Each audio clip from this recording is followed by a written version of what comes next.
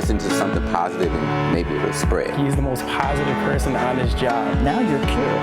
I feel good.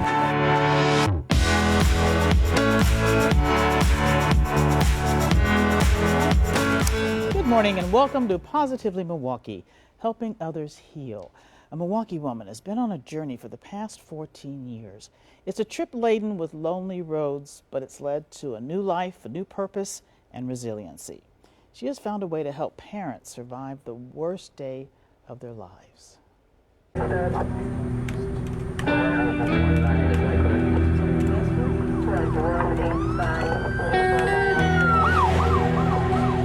Cynthia Williams' journey toward a new life purpose is fueled by pain.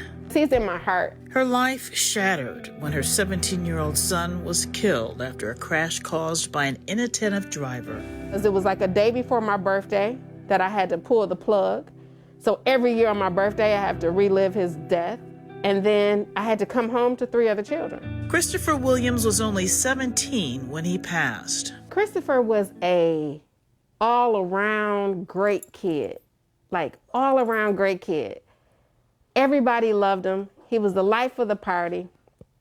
He was the one always got the families together for whatever. The accident was 14 years ago, but for his mom, it seems like yesterday. The visual, which was when I walked in the hospital, I saw my son's brain. His head was big as 2 basketballs.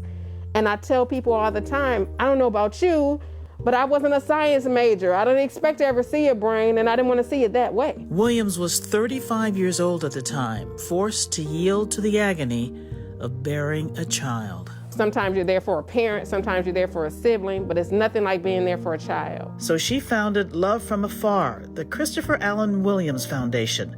It oversees Parents Against Distracted Driving, or PAD. Parents Against Distracted Driving is for families who's lost anyone, any loved one, to a car crash, automobile crash, motorcycle crash.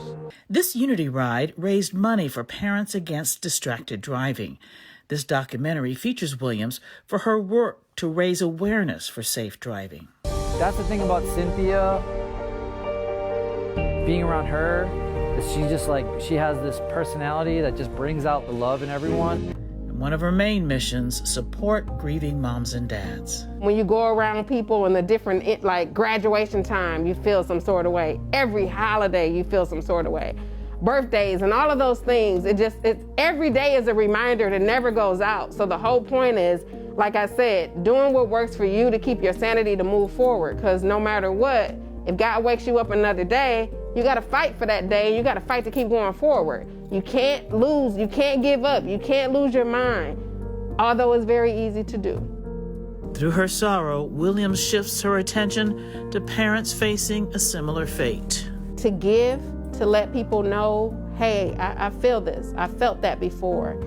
No, you're not going crazy. I know what you're feeling right now. I know that you're in a time zone warp, like you feel like I'm not in the world, actually. She understands the roadblocks of unrelenting pain.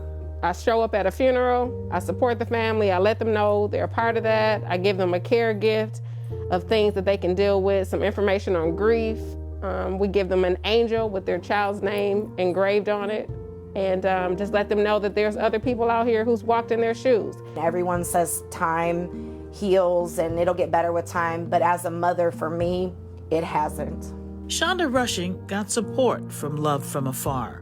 4 years ago, her daughter Savannah Scott, a mother of 3, died in a crash at 51st and Hour. She was the passenger of a car when the driver ran a stop sign and hit a light pole.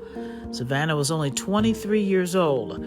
A promising life cut short. My daughter graduated from Washington High School as salutatorian. She was captain of her cheer squad. Shonda praises Cynthia Williams for helping her survive the worst time of her life. I was in such a fog. I didn't know where to start, where to begin. She basically just took me in, said, come on, this is what we're gonna do.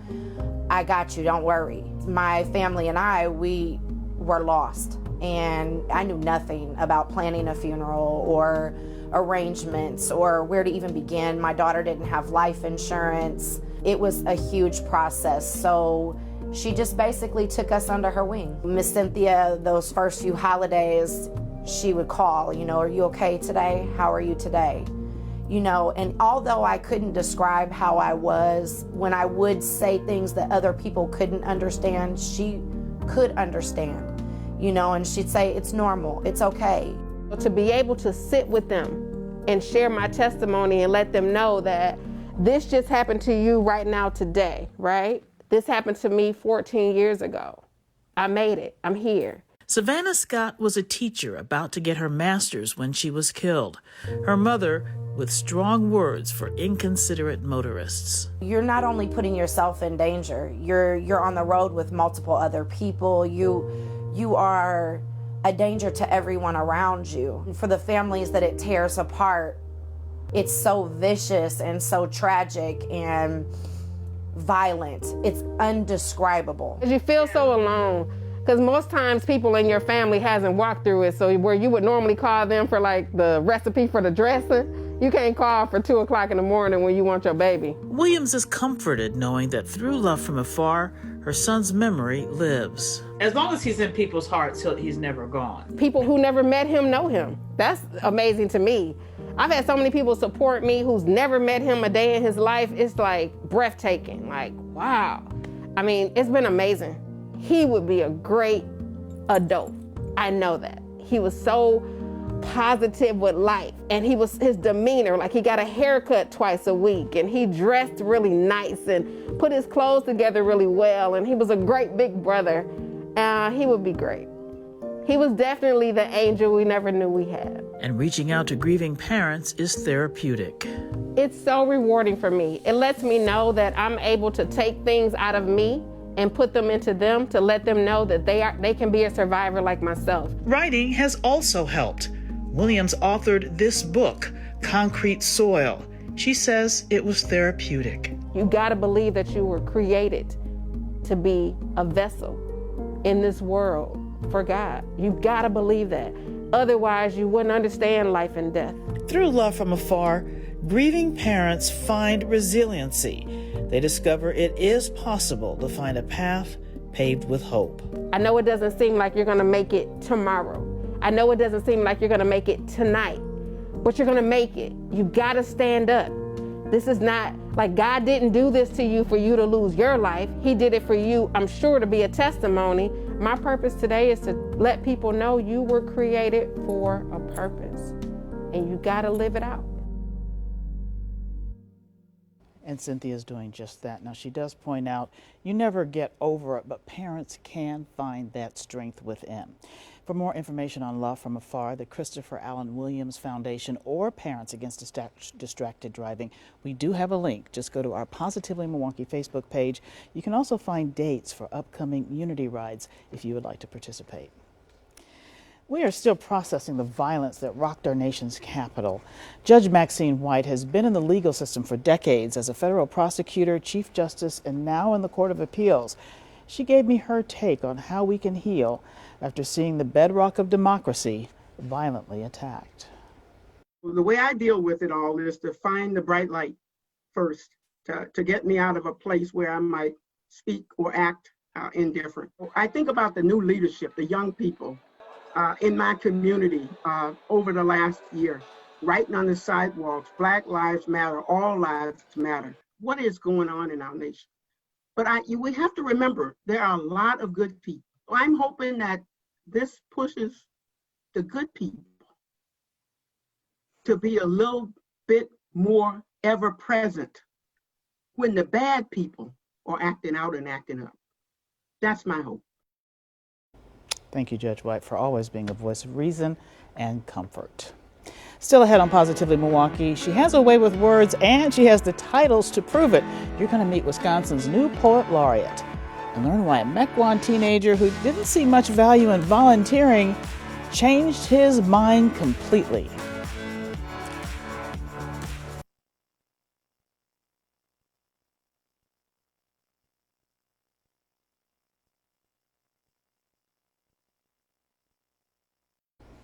Welcome back. Wisconsin recently named a new poet laureate, Dasha Kelly Hamilton from Milwaukee.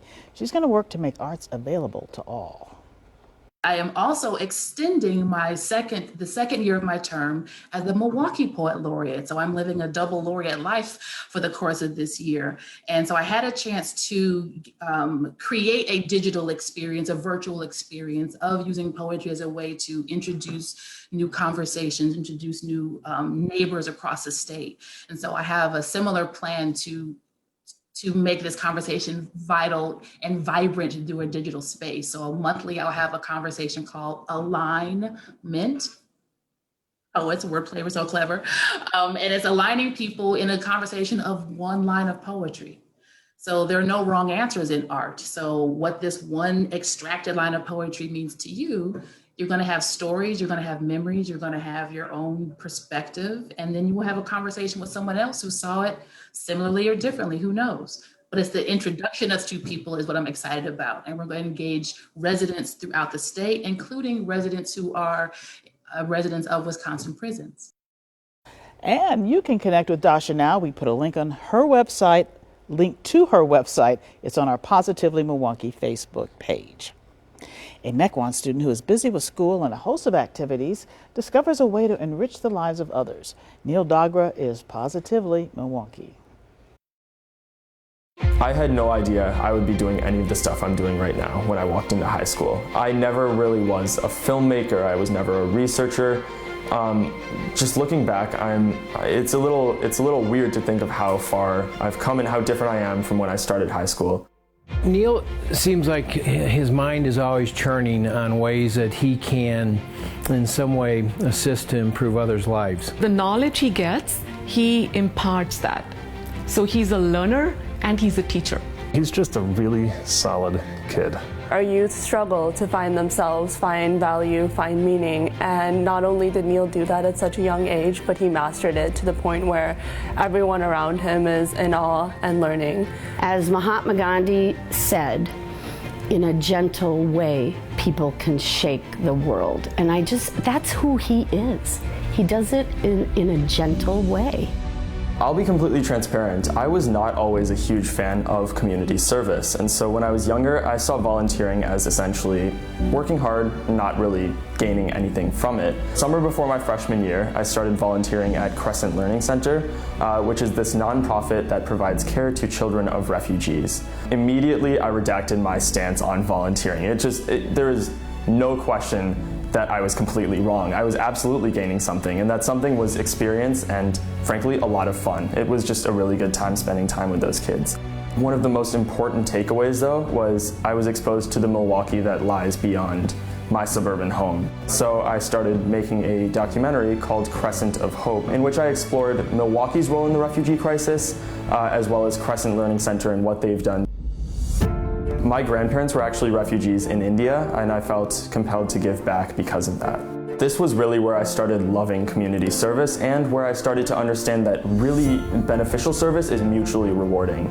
I began to essentially open my eyes to what Milwaukee is truly like. So one day I'm driving home from school with my dad. He plays this news interview talking about the opioid crisis. And the line that really caught my attention was one of the professors on the show said, "We, the average citizen in Milwaukee, are more likely to die of an opioid overdose than a car accident." We as citizens, and especially as children, we really don't understand how commonplace these terrible, terrible drugs are. Heroin is nearly chemically identical to legal opioids, and the implication of that is simply horrible. And from there, my immediate goal was how can we prevent more deaths? So I started the Opioid Epidemic Awareness Campaign. The idea is if we all know what's going on, if we all understand the danger of opioid addiction, we can make a positive change through prevention. Throughout the following year, I went into middle and high schools in Milwaukee and presented on pretty much the entirety of the opioid epidemic. What can we, as kids in Milwaukee, do to make a change? We now have our next speaker, Neil Dogwa. Neil, I'll turn it over to you. This opioid crisis has really shaped so much of what I want to do with my life. I've talked to politicians, community doctors, I've talked to researchers. A lot of people want to see a change. I just hope that we can transfer that momentum to the common citizen and make sure that everybody in Milwaukee wants to see that change. I think you'll make a big difference, and I think Commissioner Kowalik is probably going to ask for your resume later. I love Neil. I just love him. I think he is a wonderful human being, and I think he is making a difference at our school, in our community, and I really think he's gonna rock it out in the world. There's a lot of beauty in giving, and I think that's what Neil has discovered at this early age, and I'm very happy for him. He just sees a problem and tries to go out and solve it and make the world a better place. I know it's a cliche, never settle for anything less than your best, but Neil is a working example of that. Neil does it because it's genuine. He really feels a calling to help others. I'm just most proud that I was able to take what I learned in the classroom, outside of the classroom, and use it to help others and better my community. And can't you see why Neil Dogwa won this year's Positively Milwaukee Inspiring Youth Award? Still ahead, why some ladies believe their future is in farming. And Homer Blow at it again. His newest venture is making sure everybody has enough to eat. Next on Positively Milwaukee.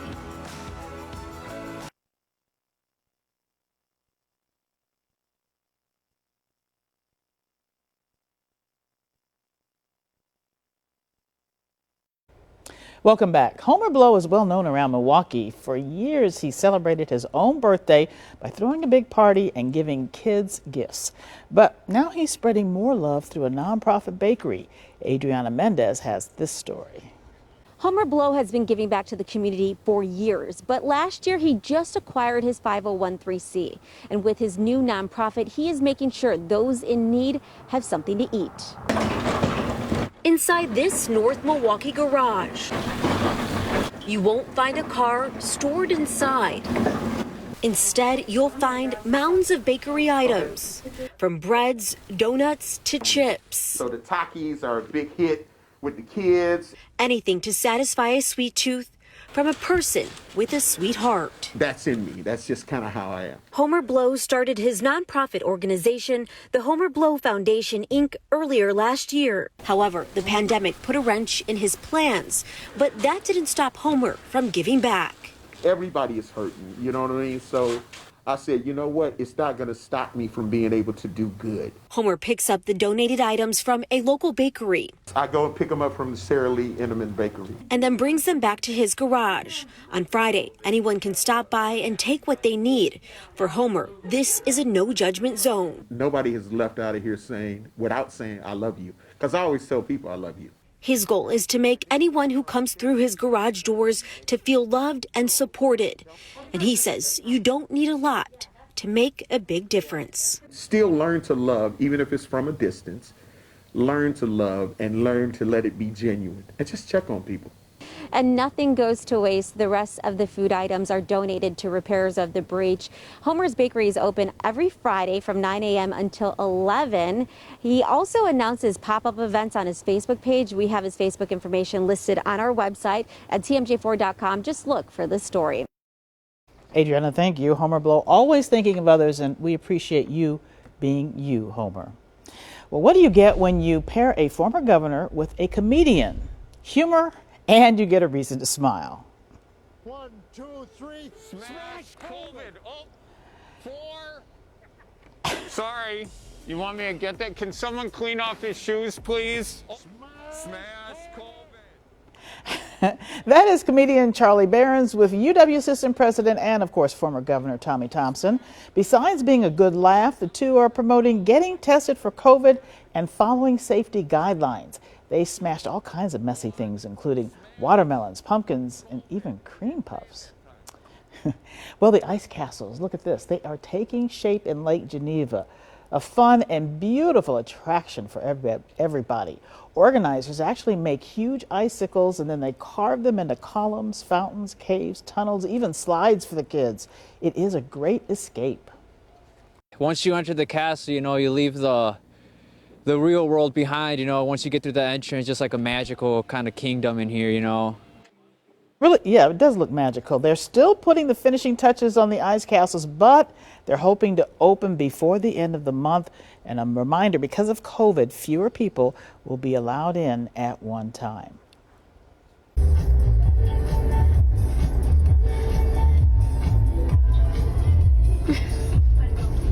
Yes, those are cows on the move in Heartland.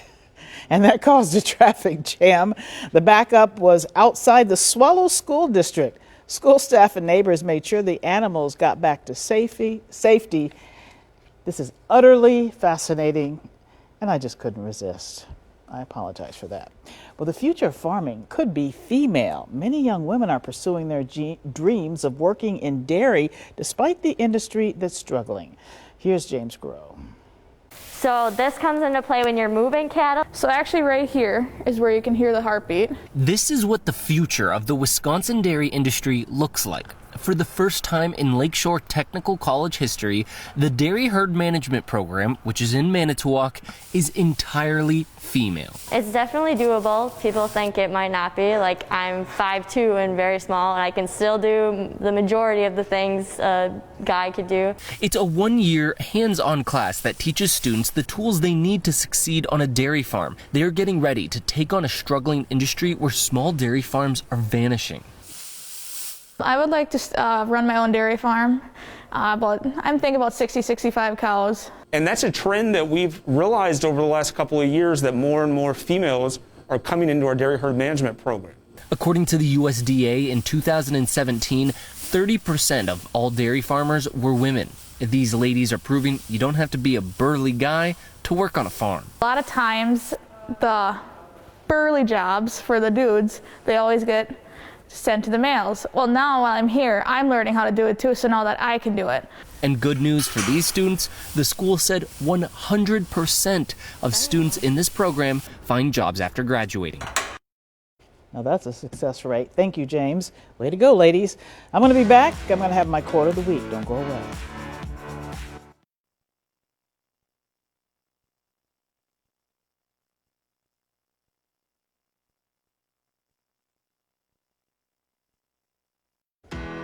Each week I like to leave you with an inspirational message. Today's thought is a saying often attributed to President Abraham Lincoln. He said, "In the end, it's not the years in your life that count, it's the life in your years." And we thank you for joining us today. Have a great week, everybody. Stay positively Milwaukee.